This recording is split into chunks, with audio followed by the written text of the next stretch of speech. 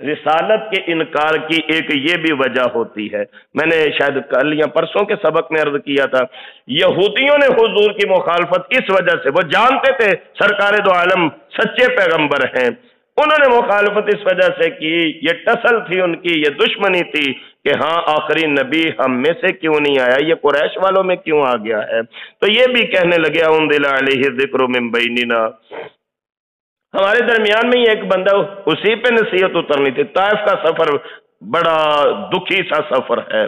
طائف کے سفر میں سرکار دو عالم صلی اللہ علیہ وسلم کی جب دشمنی کی گئی، 3 بھائی تھے، یہ 3 بھائی تھے مختلف قبائل کے سردار، جب حضور ان سرداروں کو جا کے ملے کہ بھائی میں اللہ کا رسول ہوں، اللہ کے سوا کوئی معبود نہیں، ان میں سے ایک بدبخت کہنے لگا اللہ نو اور کوئی نہیں سی ملیا، تو ہی ملیا سے نعوذ باللہ، یہ بدتمیزی کے الفاظ میں حضور کو مخاطب ہوا، کہنے لگا اور کوئی نہیں ملا تھا تیرے سوا، تو ہی رسول بننے کے لیے رہ گیا تھا۔ حضور صلی اللہ علیہ وسلم کی جب اس نے مخالفت کی، سرکار اس کے پاس اٹھ کے دوسرے بھائی کے پاس چلے گئے، وہ بھی سردار تھا طائف کا، آپ نے اس کو جا کے کہا بھائی میں اللہ کا رسول ہوں، اللہ کے سوا کوئی معبود نہیں۔ اس نے تھوڑا سا ڈپلومیسی سے کام لیا، سیانا آدمی تھا، کہنے لگا اگر تو جھوٹ بول رہا ہے تو میں تیرے منہ نہیں لگنا، اور اگر تو سچا رسول ہے تو میں تیری مخالفت کر کے عذاب کو نہیں مول لیتا، میں اس موضوع پہ بات ہی نہیں کرتا۔ یہ جیسے آج چائنا والے لوگ کہتے ہیں، وہ کہتے ہیں مذہب کیا چیز ہے، ہم مذہب پہ بحث نہیں کرتے، ہم نہیں مذہب کو مانتے، وہ مذہب سے بالکل الگ تھلگ ہو کے رہتے ہیں۔ یہ بندہ بھی ڈپلومیسی والا پیغام دیتا ہے، کہتا ہے اگر تو جھوٹے ہو تو میں آپ کے منہ نہیں لگنا، اگر سچے ہو تو میں آپ کے ساتھ بدتمیزی کر کے کوئی عذاب نہیں مولنا چاہتا۔ تیسرے کے پاس گئے، تیسرے نے بھی بدتمیزی کی تھی، حتیٰ کہ نوجوان لڑکوں کو حضور کے پیچھے لگا دیا، جنہوں نے پتھر مار مار کے سرکار دو عالم صلی اللہ علیہ وسلم کا جسم مبارک لہو لہان کر دیا تھا۔ تو یہ اختلاف تھا، وہ کہتے تھے ہمارے درمیان آپ ہی رہ گئے تھے رسول بننے کے لیے۔ اب اللہ کریم کا کلام آگے سے شروع ہو رہا ہے آیت کے درمیان میں ہی، بل ہم فی شک من ذکری، یہ لوگ جو انکار کر رہے ہیں یہ میرے ذکر، میری نصیحت کے متعلق شک میں ہیں، بل لما یذوقوا عذاب، اصل وجہ یہ ہے کہ ابھی ان کو عذاب آیا نہیں، ابھی پکڑ ہوئی نہیں، اس لیے اتنی لمبی چوڑی بحثیں اور باتیں کرتے ہیں۔ ام عندہم خزائن رحمت ربک العزیز الوہاب، یا ان کے پاس تیرے رب کی رحمت کے خزانے ہیں جو اللہ عزیز بھی ہیں وہاب بھی ہیں۔ عزیز کا مطلب ہوتا ہے غالب۔ مصر والے اپنے بادشاہ کے لیے عزیز لفظ استعمال کیا کرتے تھے، صاحب اقتدار، عزیز مصر لفظ بولا جاتا تھا، کامن سی اصطلاح تھی ایک، تو اس کا مطلب تھا کہ پورے ملک کا بادشاہ۔ اللہ کے لیے جب عزیز کا لفظ بولا جائے، اس کا مطلب ہے پوری کائنات کا مالک، الوہاب۔ اسماء حسنہ میں سے یہ دونوں اسماء ہیں۔ الوہاب، وہاب کا مطلب ہوتا ہے عطا فرمانے والے، وہاب کا مطلب عطا کرنے والے۔ جب بھی کوئی مشکل ہو، اللہ والے کہتے ہیں کہ رات کو سونے سے پہلے بھی یا اللہ یا وہاب، کھلے آسمان تلے کھڑے ہو کے آسمان کی طرف منہ کر کے 313 مرتبہ پڑھا کریں۔ یہ ہر ایک کا اپنا اپنا تجربہ ہوتا ہے، آپ کو یہ سوال کرے یہ کس حدیث میں لکھا ہے، تو یہ اللہ والوں کے اپنے تجربات ہیں کہ کس کس اس میں مبارک سے کیسی کیسی تاثیر انہوں نے حاصل کی۔ تو اللہ والے کہتے ہیں کہ رات کو کوئی بھی مصیبت، کوئی مشکل ہو، کوئی کمی ہو، کسی چیز کی تمنا ہو کہ زندگی میں یہ نہیں مل رہا، تو رات کو کھلے آسمان تلے آسمان کی طرف دیکھ کے 313 مرتبہ یا اللہ یا وہاب پڑھا کریں اور سو جائیں۔ صبح جب آنکھ کھلے بیدار ہو تو 70 مرتبہ پھر یا وہاب کی تسبیح کر لیا کریں۔ اللہ کریم غیب کے خزانوں سے آپ کی منشا کو پورا فرما دیں گے، آپ کی مراد کو اللہ، کیونکہ وہاب کا مطلب ہی عطا فرمانے والا ہے، اللہ عطا فرمانے والے ہیں۔ تو اللہ کریم پوچھتے ہیں کہ ان کے پاس تیرے عطا کرنے والے غالب بادشاہ اللہ پروردگار کے کوئی رحمت کے خزانے ان کے ہاتھ لگ گئے، ام لہم ملک السماوات والارض وما بینہما، یا یہ زمین و آسمان اور اس کے درمیان جو کچھ ہے اس کے بادشاہ بن گئے ہیں۔ فلیرتقوا فی الاسباب، اگر اتنے ہی یہ منکر ہیں اور اتنے ہی متکبر ہیں اور اتنی ہی مخالفت کرتے ہیں، پھر سیڑھی لگائیں اور چڑھ جائیں آسمان کو، پھر یہ رحمتیں سمیٹ لیں۔ اگر اتنے ہی یہ صاحب اقتدار اپنے آپ کو سمجھتے ہیں، جند ما ہنالک، یہ جو چھوٹا سا ایک لشکر ہے۔ یہ مکے والوں تم مخالفت کرتے ہو، تم تو کچھ بھی نہیں ہو، عشر اشیر بھی نہیں ہو تم اپنے پہلوں کے۔ یہ ایک چھوٹا سا لشکر ہے، مہزوم من الاحزاب، جو لشکروں میں سے شکست کھا جائے گا۔ یہ بھی ایک پیشین گوئی تھی قرآن کریم کی، ایڈوانس پیشین گوئی تھی کہ ایک وقت آئے گا یہ جو حضور کی مخالفت کر رہے ہیں یہ شکست کھا جائیں گے۔ کذبت قبلہم قوم نوح وعاد وفرعون ذو الاوتاد، ان سے پہلے جھٹلایا نوح علیہ السلام کی قوم نے، عاد والوں نے، اور میخوں کا عذاب دینے والے فرعون نے بھی، جو اس کی بات نہیں مانتا تھا اس کو زمین پہ لٹا کے اس کے جسم میں میخیں ٹھوک دیتا تھا، کیل ٹھونک دیتا تھا یہ فرعون۔ وثمود، سمود والوں نے بھی جھٹلایا، وقوم لوط، لوط والوں نے بھی جھٹلایا، واصحاب الایکہ، اور اصحاب الایکہ جن کی طرف حضرت شعیب علیہ السلام تشریف لائے تھے انہوں نے بھی جھٹلایا۔ اولئک الاحزاب، یہ بھی تو لشکر تھے، یہ بھی تو جتھے تھے، جماعتیں تھی۔ ان کلن، یہ سارے کے سارے، الا کذب الرسل، انہوں نے رسولوں کو جھٹلایا، فحق عقاب، ان پر میرا عذاب واقع ہو گیا۔ 23واں پارہ سورۃ صاد، دوسرے رکوع کا آغاز، آیت نمبر 15۔ ابو جہل اور اس کے دیگر رفقا رسول پاک صلی اللہ علیہ وآلہ وسلم کی دعوت توحید سے جس قدر چڑچڑاپن کا اظہار کرتے ہوئے محفل چھوڑ کے اٹھ کے چلے گئے اور ایک دوسرے کو کہنے لگے ڈٹے رہو اپنے معبودوں کی عبادت پر، ہم اپنے معبود نہیں چھوڑیں گے، اس ساری گفتگو کو مد نظر رکھتے ہوئے 15 نمبر اور 16 نمبر اور 17 نمبر ان تین آیات کا مفہوم سمجھیے۔ اللہ کریم ارشاد فرماتے ہیں وَمَا يَنظُرُ هَؤُلَاءِ إِلَّا صَيْحَةً وَاحِدَةً مَا لَهَا مِنْ فَوَاقٍ، یہ جو محفل چھوڑ کے چلے جاتے ہیں، توحید کے مقابلے میں شرک کو ترجیح دیتے ہیں، اللہ کے احکامات کو ٹھکراتے ہیں، رسالت مآب صلی اللہ علیہ وآلہ وسلم کی نبوت کے منکر ہوتے ہیں، اصل وجہ یہ ہے کہ یہ صرف ایک ہی چیخ کے انتظار میں ہے، قیامت کے بپا ہونے یا ان کے اوپر عذاب الہی کے نزول کا جو منظر ہوگا جس میں وقفہ نہیں ہوگا، یہ سے محض اس کا انتظار کر رہے ہیں۔ کیوں؟ وَقَالُوا رَبَّنَا عَجِّل لَّنَا قِطَّنَا قَبْلَ يَوْمِ الْحِسَابِ، بطور استہزاء یہ کہا کرتے تھے کہ جو ہمارے حصے کا عذاب ہے پھر قیامت کا انتظار کیوں کر رہے ہیں، ہمیں پہلے ہی دے دیجئے۔ یہ کفار کی ہٹ درمی کا ایک انداز تھا کہ اگر عذاب دینا تو کہاں ہے عذاب، لاؤ، اگر آپ سچے ہیں تو ہمارے اوپر عذاب کیوں نہیں آتا۔ اللہ اکبر۔ جب ایسے جملے، ایسے کلمات بولے تو آپ امیجن کر سکتے ہیں کہ رسول اللہ صلی اللہ علیہ وسلم کے قلب اطہر پہ کیا گزرتی ہوگی۔ صرف اگر یہ لوگ کلمہ نہ پڑھیں تو حضور کو وہ بھی گراں گزرتا تھا، تو جب یہ اپنے منہ سے عذاب کا مطالبہ کریں تو پھر حضور کی کیفیت کیسی ہوتی ہوگی۔ تو اللہ کریم ارشاد فرماتے ہیں اصبر علی ما یقولون، یہ جو زبان درازی کرتے ہیں ان کو کرنے دیجئے، آپ صبر کا مظاہرہ کیجئے، صبر کا دامن ہاتھ سے مت چھوڑیے، آپ صبر فرماتے جائیے ان کی باتوں پہ۔ وَاذْكُرْ عَبْدَنَا دَاوُودَ ذَا الْأَيْدِي، آئیے ہم آپ کو ایک قصہ سناتے ہیں۔ اللہ اکبر کبیرہ۔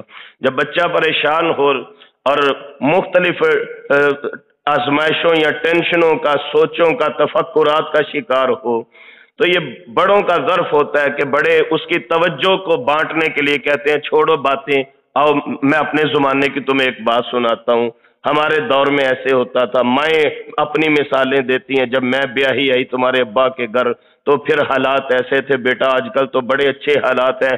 باپ مثالیں دیتا ہے کہ بیٹا جب میں تمہاری عمر میں تھا تو پھر ایسے معاملات ہوتے تھے۔ مقصد کیا ہوتا ہے کہ بچے کی توجہ تقسیم ہو جاتی ہے، بالخصوص واقعات کے اندر وہ اٹریکشن ہوتی ہے، وہ جھکاؤ اور تبھی میلان ہوتا ہے کہ کوئی واقعہ اگر سنائے تو انسان وہ اپنی ٹینشنوں کو، اپنی مجبوریوں کو اور اپنی تکلیف دہ باتوں کو بھول کے اپنی توجہ اس واقعے کی طرف کر لیتا ہے۔ اب کفار مکہ کہہ رہے ہیں کہ جو ہمارے حصے کا عذاب ہے جلدی جلدی لائیے، ہم نے قیامت کو کب دیکھا ہوا ہے، قیامت سے پہلے ہمیں عذاب دے دیجئے۔ یہ بڑی تکلیف دہ بات تھی۔ اللہ کریم ارشاد فرماتے اصبر علی ما یقولون، یہ جو کہتے ہیں میرے محبوب ان کو کہنے دیجئے وَاذْكُرْ عَبْدَنَا داؤد، آپ ایسا کیجئے ہم آپ کو ایک واقعہ سناتے ہیں، آپ اپنی توجہ ادھر کر لیجئے۔ اللہ اکبر کبیرہ، کیسا انداز ہے قرآن کریم کے مخاطب کرنے کا، اور کیسی یاد دہانی کا طریقہ کار ہے قرآن کریم کا، اور کیسا اسلوب بیان ہے، سبحان اللہ۔ وَاذْكُرْ عَبْدَنَا داؤد، آپ ایسا کیجئے ہمارے ایک بندے داؤد کی باتیں یاد کیجئے۔ ذل ایدی، وہ بڑے طاقت والے تھے، بڑے مضبوط تھے، قوت والے تھے، جنگجو تھے، اپنی فوج میں تھے، یہ تفصیلات پہلے گزر چکی ہیں۔ پھر ان کا رینک بڑھتا بڑھتا ترقی ہوتی ہوتی ایک وقت آیا تھا کہ یہ بادشاہ وقت بن گئے تھے، قد کے درمیانے تھے، یعنی عام معمول سے تھوڑا قد چھوٹا تھا حضرت داؤد علیہ السلام کا، اور نیلی ان کی آنکھیں تھی، بڑے خوبصورت سیدنا داؤد علیہ السلام، نیلی آنکھیں، ان کی آنکھوں کا رنگ نیلا تھا اللہ کی طرف سے ہی۔ اللہ کریم ارشاد فرماتے ہیں انہو اواب، ہمارا داؤد بڑا رجوع کرنے والا تھا، اللہ کی طرف توجہ رکھنے والے تھے۔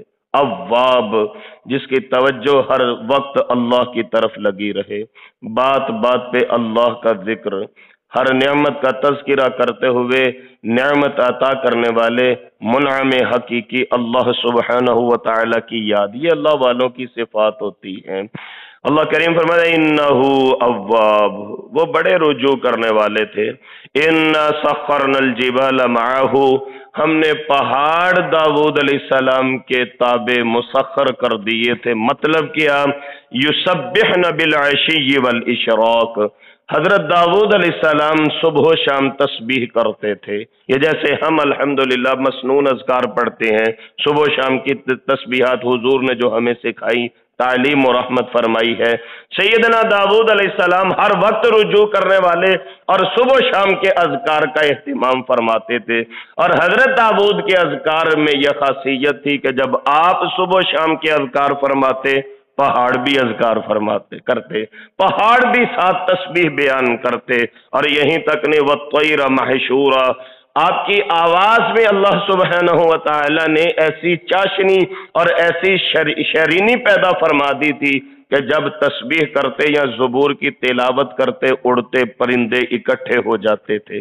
یہ ہم اگزامپل دیتے ہیں، جی فلاں جو ہے اگر کوئی قاری صاحب بڑی اچھی تلاوت کریں یا کوئی حضرت صاحب بڑا اچھا وعظ کریں بڑی خوبصورت مترنم آواز کے ساتھ، تو ہم کہتے ہیں یار اس کو تو لحن داؤدی ملا ہے۔ مطلب کیا کہ ان کا انداز تو داؤد علیہ السلام جیسے، یعنی مطلب یہ ہوتا ہے کہ وہ ہو بہو تو وہ نہیں ہو سکتا، جو نبی اللہ کی خاصیتیں ہوتی ہیں وہ تو انبیاء کا خاص ہے۔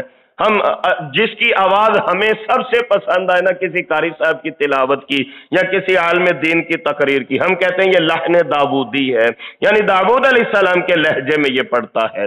تو اللہ کریم فرماتا ہے وَالطَّيْرَ مَحْشُورًا، جب داؤد علیہ السلام تلاوت کرتے زبور کی یا تسبیح کرتے ذکر میں مصروف ہوتے، پرندے اکٹھے ہو جایا کرتے تھے، وہ بھی ذکر میں آ کے شامل ہو جاتے، ساتھ وہ بھی تسبیح کرتے، پہاڑ بھی تسبیح کرتے، کل لہ اواب، سارے مل کے اللہ کی طرف رجوع کرنے والے ہوتے۔ وشددنا ملکہ، جو بادشاہت ہم نے ان کو دی تھی، ان کی جو ملکیت تھی اس کو ہم نے مضبوط کر دیا، جو سلطنت تھی ان کی اس کو ہم نے مضبوط کر دیا۔ وَآتَيْنَاهُ الْحِكْمَةَ وَفَصْلَ الْخِطَابِ، ہم نے انہیں ایسی فہم و فراست اور حکمت عطا فرمائی اور ایسا انہیں فیصلہ کن گفتگو کرنے کا ہنر عطا کیا کہ وہ اپنے زمانے میں اپنی مثال آپ تھے۔ وَهَلْ أَتَاكَ، اب حضور کو یہ تمہیدی گفتگو ارشاد فرمانے کے بعد اللہ تعالیٰ فرماتے ہیں ہم آپ کو ان کے دور کا ایک واقعہ سناتے ہیں، یعنی مقصد یہ تھا کہ سرکار دو عالم امام الانبیاء صلی اللہ علیہ وسلم کی توجہ بانٹی جائے۔ آپ بڑے پریشان ہیں کہ کافر کہہ رہے ہیں لاؤ کہاں ہے عذاب، قیامت سے پہلے ہی ہمیں عذاب دے دو، اب توجہ بانٹی جا رہی ہے۔ اللہ تعالیٰ ارشاد فرماتے ہیں وَهَلْ أَتَاكَ نَبَأُ الْخَصْمِ، کیا آپ نے وہ جھگڑنے والوں کی بات سنی ہے؟ یہ بھی ایک انداز ہوتا ہے توجہ کو مزید مستحکم کرنے کے لیے، وگرنہ کہنے والا، یعنی میں نے ابھی آپ کو ایک بات سنائی نہیں، میں کہتا ہوں آپ نے یہ بات سنی ہے، مجھے بھی پتا ہے کہ آپ نے نہیں سنی، میں سناؤں گا تو سنیں گے۔ اس کا مطلب یہ ہوتا ہے کہ آپ اپنی پوری توجہ میری طرف کر لیں۔ اللہ تعالیٰ کا یہ انداز ہے وَهَلْ أَتَاكَ نَبَأُ الْخَصْمِ، کیا آپ کے پاس جھگڑنے والوں کی خبر پہنچی ہے؟ حالانکہ پہنچی نہیں، کیونکہ اللہ تعالیٰ نے بھی پہنچائی نہیں۔ تو مقصد یہ تھا کہ سرکار دو عالم صلی اللہ علیہ وآلہ وسلم مکمل متوجہ ہو جائیں، انہماک کے ساتھ اللہ تعالیٰ کا یہ کلام سنیں۔ اِذْ تَصَوَّرُ الْمِحْرَابَ، اللہ اکبر کبیرہ۔ اس واقعے کے اندر جس قدر اٹریکشن بری جا سکتی تھی، اللہ سبحانہ و تعالیٰ نے وہ الفاظ استعمال فرمائے۔ اب کہا جائے آپ نے یہ ایک بات سنی ہے، آپ نے نہیں سنی، آپ جہاں 50% توجہ ہے آپ 100% توجہ کر لیں گے۔ جی نہیں سنی، اب پہلے ہی 100% توجہ تھی، اگلا فوراً لفظ یہ بولا جائے آپ کو پتہ ہے کہ دیوار پھلانگ کے وہ اندر دو جھگڑنے والے گئے تھے۔ اب اگر کوئی تھوڑی بہت بھی توجہ ادھر ادھر ہے نا، بندہ وہ بھی ساری یکجا کر لیتا ہے۔ وہ کسی کے گھر کوئی دیوار پھلانگ کے گیا ہے، یہ انسانی فطرت ہے۔ ہم ایسے خلاف فطرت واقعات کے لیے فوراً الرٹ ہو جاتے ہیں۔ اللہ کریم نے بات وہاں سے شروع فرمائی، اذ تصور المحراب، وہ دو جھگڑنے والے دیوار پھلانگ کے محراب تک، محراب لفظ بولا جاتا ہے عبادت خانے کے لیے، معبد خانے کے لیے۔ سیدنا داؤد علیہ السلام کے متعلق مفسرین لکھتے ہیں کہ انہوں نے اپنے کچھ معمولات خاص کیے ہوئے تھے عبادت کے لیے، کہ بھائی یہ جو وقت ہے اس وقت میں کسی کو اندر آنے کی اجازت نہیں، میں نے ذکر میں بیٹھنا ہے۔ یہ کچھ خاص اوقات تھے۔ اب کیا ہوا کہ وہ وقت وہی چل رہا تھا جو آپ کے ذکر فکر کا وقت تھا۔ دروازہ آپ نے بند کروایا ہوا تھا، باہر دربان کھڑے تھے، پہرے دار کھڑے تھے، ان کو یہ حکم تھا کہ میں اپنے معمولات میں مصروف ہوں، اندر نہیں کسی کو آنے دینا۔ اذ تصور المحراب، پھر بھی دو بندے دیوار پھلانگ کے، اب بادشاہ وقت ہو اور ان کا آرڈر بھی ہو کہ کسی کو اندر آنے کی اجازت نہیں، دربان جو ہیں وہ دروازے پہ کھڑے ہیں، سیکیورٹی گارڈ کھڑے ہیں، اور پھر دو بندے وہ بھی اتنی جرت کریں کہ وہ دیوار پھلانگ کے اندر آ جائیں۔ اللہ اکبر کبیرہ۔ اذ دخلوا علی داود، سیدھے داود علیہ السلام کے پاس پہنچ گئے۔ ففزع منہم، ہے بادشاہ وقت، بڑے طاقت والے ہیں، پیچھے آپ نے پڑھا ہے ذل ایدی، بڑے قوت والے ہیں، ہے بادشاہ وقت، گفتگو بڑی فیصلہ کن فرماتے ہیں۔ اس کے باوجود جب ایسا ماحول بن جائے تو پھر بڑے بڑے بھی ایک وقت ایک لمحے کے لیے ڈر جاتے ہیں۔ ففزع منہم، حضرت داؤد بھی ڈر گئے، بھئی اچانک دو بندے اندر، میں اکیلا بیٹھا ہوں، مصروف ہوں اپنے ان کو جرت کیسے ہوئی ہے اچانک اندر آ گئے؟ ففزع منہم، وہ ڈر گئے ان سے۔ قالوا لا تخف، اصل میں یہ فرشتے تھے، انسانی شکل میں آئے تھے، ایک بات سمجھانے کے لیے آئے تھے۔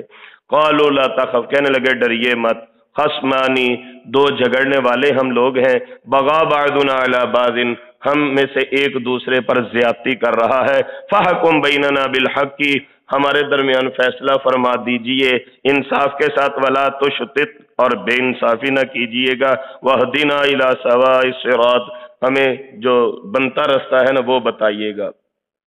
اب وہ ڈر ایک لمحے کے لیے ختم ہو گیا، انہوں نے گفتگو ہی ایسی شروع کی، ہم اپنا جھگڑا لے کے آئے ہیں۔ اب اگلا سوال جو تھا وہ اصولی طور پہ ایک کامن سینس رکھنے والا بندہ یہ سوچ سکتا ہے کہ اگلا سوال تو یہ تھا کہ فرماتے کہ بھائی فیصلہ تو بعد میں کروں گا، پہلے یہ بتاؤ تمہیں جرت کیسے ہوئی اندر آنے کی؟ لیکن وہ ماحول ایک ایسا بن گیا، چونکہ وہ فرشتے تھے تو ان کا ایک لفظ ہی ایسا تھا، لا تخف، ڈرو مت، ہمارا فیصلہ کرو۔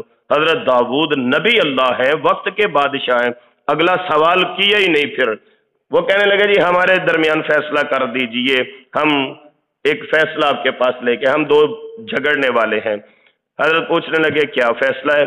کہنے لگے، ان میں سے ایک بولا، ان ھذا اخی، یہ میرا بھائی ہے، لہو 99 نعجۃ، اس کی 99 دمبیاں ہیں، ایک کم 100، یعنی 90 اور 9 99، اس کے پاس 99 دمبیاں ہیں، ولی نعجۃ واحدہ، میرے پاس ایک دمبی ہے، اس کے پاس 99 ہے، میرے پاس صرف ایک ہے۔ فقال اکفلنیھا، پھر بھی کہتا ہے یہ ایک بھی مجھے دے دو، یہ فیصلہ ہمارے درمیان کر دیجئے کہ اس کے پاس آلریڈی 99 موجود ہیں دمبیاں، یہ میرے پاس صرف پہلے ہی ایک ہے، پھر بھی کہتا ہے اکفل نیہا، یہ ایک بھی مجھے دے دو، وعدنی فی الخطاب، یہ سختی کرتا ہے، یہ دباتا ہے مجھے، گفتگو میں مجھے دبا لیتا ہے، یعنی مجھے بات نہیں کرنے دیتا، حالانکہ بات بنتی نہیں کہ میرے پاس جو ایک ہے یہ وہ بھی نہیں رہنے دے رہا، تو مجھے گفتگو میں دبا لیتا ہے، یہ فیصلہ کر دیجئے۔ حضرت فرمانے لگے لقد ظلمک بسؤالی نعجتک الی نعاجہ، یہ جو سوال کیا جا رہا ہے نا کہ تیری ایک دمبی کو ان دمبیوں کی طرف ملانے کا، بھائی یہ تو تجھ پر بڑا ظلم ہو رہا ہے۔ وَإِنَّ كَثِيرًا مِّنَ الْخُلَطَاءِ، اور بے شک بہت سے شریک ایسے ہیں لَيَبْغِي بَعْضُهُمْ عَلَى بَعْضٍ، جو ایک دوسرے پر زیادتی کر جاتے ہیں، إِلَّا الَّذِينَ آمَنُوا وَعَمِلُوا الصَّالِحَاتِ، یہ کوئی ہوتا ہے ایمان والے اور نیک اعمال والے، وہ پاسداری رکھتے ہیں، وَقَلِيلٌ مَّا هُمْ، اور یہ بڑے تھوڑے ہوتے ہیں۔ میں نے آپ کو ایک واقعہ سنایا تھا، حضرت عمر رضی اللہ تعالیٰ عنہ کا دور تھا، ایک بندہ دعا کر رہا ہے یا اللہ مجھے قلیلوں والوں میں شامل کر دے، یا اللہ مجھے قلیل والوں میں شامل۔ حضرت عمر کو نا تھوڑا سا غصہ آ گیا، فرمانے لگے وہ خیریت ہے، یہ کیا انداز ہوا دعا کرنے کا، سیدھے سیدھے لفظوں سے دعا کر۔ کہنے لگا حضرت یہی تو دعا کر رہا ہوں، اللہ کریم فرماتے ہیں وَقَلِيلٌ مِّنْ عِبَادِيَ الشُّكُورُ، میرے بندے بڑے تھوڑے ہیں جو شکر کرنے والے ہیں۔ یہاں پہ فرمایا وَقَلِيلٌ مَّا هُمْ، ایمان اور نیک اعمال والے بڑے تھوڑے ہیں، تو میں تو یہ کہہ رہا ہوں یا اللہ وہ جو بڑے تھوڑے ہیں مجھے ان میں شامل فرما لیجئے جن کو آپ پسند فرماتے ہیں۔ تو یہاں پہ حضرت داؤد فرمانے لگے ایمان والے اور نیک اعمال والے ایسا کام نہیں کرتے اور وہ بڑے تھوڑے ہوتے ہیں۔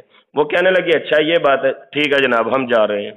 اب ایک تو پہلے عجیب معاملہ تھا کہ یہ اندر داخل کیسے ہوئے، دوسرا مجھے خود ہی فیصلہ مجھ سے کروانے آئے ہیں، یعنی آپ اگر کسی ڈیرے پہ فیصلہ لے کے جائیں تو آپ اس ڈیرے دار کو کہیں ٹھہرو پہلے ہماری بات سنو، ڈرو نہ، تو وہ میرا خیال ہے ہماری بات نہیں سنے گا کہ تم فیصلہ سنانے آئے ہو کہ سننے آئے ہو میرا فیصلہ۔ اب حالات تو پہلے ہی بڑے عجیب تھے، حضرت تو ابھی اسی سحر سے باہر نہیں نکل رہے تھے کہ سوال بھی کرنا یاد نہیں رہا کہ پہلے یہ تو بتاؤ تمہیں جرت کیسے ہوئی اندر آنے کی، اور اوپر سے انہوں نے کہہ دیا ڈرو مت، تیسرا انہوں نے کہہ دیا ہم آپ سے فیصلہ کروانے آئے ہیں، چوتھا اپنے منہ سے کہہ رہے ہیں نا انصافی نہ کیجئے گا، انصاف والا فیصلہ کیجئے گا، پانچواں یہ جب فیصلہ سن لیا تو یہ نہیں کہا کہ جناب اچھا فیصلہ کر دیا تو اس کو جاری بھی کر دیجئے، ہم اگر تھانے میں جائیں نا فیصلہ ہمارے حق میں ہو جائے یا کورٹ کچہری سے ہو جائے تو ہم جج صاحب سے کہتے ہیں جناب یہ ذرا کچھ دستاویزات بھی تیار کروا دے، کچھ لکھت پڑھ تو ہو جائے، تھانے میں صلح بھی دو فریقوں کی ہو جائے تو تب تک مقدمہ خارج نہیں ہوتا جب تک دونوں فریقوں کے سائن نہیں ہو جاتے۔ انہوں نے ایسا کچھ بھی نہیں کیا۔ اچھا ٹھیک ہے ہم نے آپ کا فیصلہ سن لیا ہے۔ وَظَنَّ داؤد سمجھ گیا انما فتناہ کہ یہ تو مجھے آزمایا جا رہا ہے۔ اب ذرا تھوڑا سا اس گفتگو کے بنیادی ماخذ کی طرف چلیے۔ ایک تو یہ بات یاد رکھیے، عین ممکن ہے کہ آپ میں سے اکثر احباب نے وہ ایک خود ساختہ ایک اسرائیلی روایت پہ مبنی ایک واقعہ سنا ہوگا۔ نمبر ایک تو نبی اللہ کی شان کے منافی ہے۔ اس واقعے کے تناظر میں اکثر یہ بڑے افسوس کی بات ہے کہ ممبروں محراب سے علماء یہ واقعہ بیان کرتے ہیں۔ وہ کہتے ہیں داؤد علیہ السلام کی 99 بیویاں تھیں، اس کے باوجود وہ اپنے ایک فوجی کی بیوی پہ عاشق ہو گئے، العیاذ باللہ، نعوذ باللہ ثم نعوذ باللہ۔ بلکہ اس سے بھی آگے ایک انتہائی اخلاقی پستی میں گری ہوئی گفتگو کی جاتی ہے، میری زبان زیب نہیں دیتی کہ میں اس کو آپ کے سامنے بیان کروں۔ باہر کیف ایسا واقعہ بالکل نہیں ہے، نعوذ باللہ العیاذ باللہ۔ نبی اللہ کے متعلق ایسا گمان رکھنا کہ 99 بیویاں ان کے پاس تھیں اور وہ اپنے ایک فوجی اور یاہتی اس کا نام بتایا جاتا ہے، تفسیروں میں ملتا ہے نام، اس کی بیوی پہ عاشق ہو گئے نعوذ باللہ، اور پھر اس کو جان بوجھ کے جہاد پہ بھیج دیا کہ یہ وہاں پہ شہید ہو جائے گا اور میں اس کی بیوی سے نکاح کر لوں گا۔ ایسا کچھ نہیں تھا۔ اصل بات یہ تھی کہ داؤد علیہ السلام کی 99 بیویاں تھیں، اس میں کوئی دوسری رائے نہیں، آپ کے پاس 99 بیویاں موجود تھیں۔ معاملہ یہ ہوا تھا کہ کسی کہنے والے نے اوراہیت جو آپ کا فوجی تھا اور یاہتی اس کی بیوی کے خصائص بیان کیے تھے۔ مفسرین نے جس تفسیر کو ترجیح دی ہے، کسی نے صرف یہ کہا تھا کہ وہ جو اوراہتی اس کی بیوی ہے وہ بڑی نیک ہے، بڑی پاک باز ہے اور وہ بڑے خصائص کی مالک ہے، تو محض فقط حضرت کے دل میں صرف یہ خیال پیدا ہوا تھا کہ کاش کہ وہ بھی میری بیوی ہوتی، خصائص کی بنیاد پہ۔ اکثر ہم بھی کہہ دیتے ہیں کہ میرے گھر انج دی نہیں انج دی ہونی چاہیے. اکثر ہم یہ جملہ بولتے ہیں کہ میری بیوی بھی اتنی صابرہ شاکرہ ہوتی، میری بیوی مجھ سے لڑتی رہتی ہے، میری بیوی بھی عبادت گزار ہوتی، فلاں کی بیوی بڑی تہجد گزار ہے. یہ کوئی معنی بات نہیں ہے. آپ یقین کیجئے وہ جو باتیں اور واقعات جھوٹے اور اسرائیلی روایات پہ مبنی ممبر و محراب پہ لوگ پتہ نہیں کس حوصلے کے ساتھ بیان کر دیتے ہیں کہ داؤد علیہ السلام کو عشق ہو گیا نعوذ باللہ، اور انہوں نے وہ جان بوجھ کے اپنے فوجی کو جہاد پہ بھیج دیا اور اس کی بیوی سے نکاح کرنے کا ارادہ کر لیا یا کر لیا. ایسی کوئی بات نہیں. حضرت کے دل میں اس عورت کی پاسداری، پاک بازی، نیک نامی کو سن کے محض یہ آیا تھا کہ کاش کہ وہ بھی میری بیوی ہوتی. اور نبی اللہ جو احباب ہوتے ہیں ان کی اصلاح اور تربیت ڈائریکٹ اللہ کے ذمہ ہوتی ہے. صرف نبی اللہ کے دل میں یہ خیال آنے کی دیر تھی. اللہ کریم نے یہ فرشتوں کو بھیج کے ایک مثال کے ساتھ سمجھا دیا کہ ایک بندے کے پاس 99 دمبیاں ہوں، ایک کے پاس ایک دمبی ہو. 99 والا پھر بھی کہے وہ ایک بھی مجھے مل جائے. وَظَنَّ داود انما فتناہ، داود علیہ السلام فوراً سمجھ گئے یہ تو میری آزمائش ہے. فاستغفر ربہ، اپنے اللہ سے معافی مانگنے لگے. محض اس خیال پہ بھی ہمیں کیا سمجھایا جا رہا ہے؟ چونکہ قرآن کریم ہماری تربیت کے لیے ہم بڑے بڑے کام کر جاتے ہیں، کبھی بخشش مانگنے کی توفیق نہیں ہوتی. نبی اللہ کے دل میں صرف خیال آیا ہے فاستغفر ربہ، فوراً اللہ کی طرف آنا. پہلے بھی رجوع کرنے والے تھے، معافی کے لیے ہاتھ اٹھا لیا، اللہ مجھے بخش دے، اللہ مجھے معاف کر دے. اور انداز پتہ کیا تھا؟ وَخَرَّ رَاكِعًا وَأَنَابَ.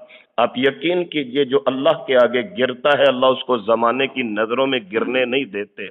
جو اللہ کے آگے گڑ گڑاتا ہے، روتا ہے، اللہ اس کو زمانے کے سامنے نہیں رونے دیتے. وَخَرَّ رَاكِعًا وَأَنَابَ، رکوع بھی کر لیا، رجوع بھی کر لیا، اللہ کے آگے روتے ہوئے گر پڑے. یا اللہ میرے دل میں معمولی سا خیال صرف آیا تھا، اللہ مجھے معاف کر دے، اللہ مجھے بخش دے. فَغَفَرْنَا لَهُ ذَلِكَ، اللہ نے ان کو بخش دیا. اللہ نے یہ سوچ جو پیدا ہوئی تھی اس پہ بھی معافی مانگی، اللہ نے ان کو معاف کر دیا. وَإِنَّ لَهُ عِندَنَا لَزُلْفَىٰ، بے شک ان کے لیے ہمارے ہاں ایک مقرب ترین رتبہ ہے. وَحُسْنَ مآب، اور بڑا خوبصورت مقام اور ٹھکانہ ہے. ہم نے پھر ارشاد فرمایا یا داود، اے پیارے داود، انا جعلناک خلیفۃ فی الارض، ہم نے آپ کو زمین میں خلیفہ بنایا ہے. فحکم بین الناس بالحق، لوگوں کے درمیان حق انصاف کے ساتھ فیصلے کیجئے. ولا تتبع الہوی، اور اپنی خواہشات کی پیروی نہ کیجئے گا. فیضلک عن سبیل اللہ، وگرنہ خواہش کی پیروی اللہ کی راہ سے انسان کو گمراہ کر دیتی ہے. ان الذین یضلون عن سبیل اللہ، جو لوگ اللہ کی راہ سے بھٹک جائیں، لہم عذاب شدید بما نسوا یوم الحساب، ان کے لیے سخت سزا ہے کیونکہ انہوں نے حساب کے دن کو بلا دیا. تو کسی کا فیصلہ کرتے وقت اپنے فیصلے والے دن کو انسان یاد رکھے تو انشاءاللہ وہ فیصلہ مبنی بر حق ہوتا ہے. ابھی انشاءاللہ یہاں سجدہ تلاوت تھا، 24 نمبر آیہ مبارکہ کے اوپر ہم سجدہ تلاوت کریں گے. اس دعا کے ساتھ آج کا سبق مکمل فرما لیجئے. اللہ سبحانہ و تعالی مجھے اور آپ کو اپنی رحمت کاملہ سے دنیا آخرت کی کامیابیاں نصیب فرما دیں. ہم اللہ کی توفیق سے اپنی صبح کا آغاز فہم القرآن جیسے عظیم عمل سے کرتے ہیں. اس کی بدولت اللہ تعالی ہمارے دن کے باقی معاملات میں بھی رحمتوں برکتوں کا نزول فرما دے. ہمیں شر شیطان، شر انسان، بالخصوص اپنے نفس کی شرارتوں سے بچنے کی توفیق نصیب فرما دیں. اللہ کریم روزگار کے معاملات میں جو پریشان ہیں نیک روزگار نصیب فرما دیں. رزق کا ایک دروازہ اگر ہمارے لیے کھلا ہوا ہے اللہ 7 دروازے کھول دیں تاکہ ہماری پریشانیاں، ہماری محتاجیاں ختم ہو جائیں. اللہ ہمیں کسی کا محتاج نہ فرمائے. اللہ کریم ہمارے بچوں کو نیک اور فرما بردار فرمائے. ہمیں اپنے گھروں کا سکون نصیب فرما دیں.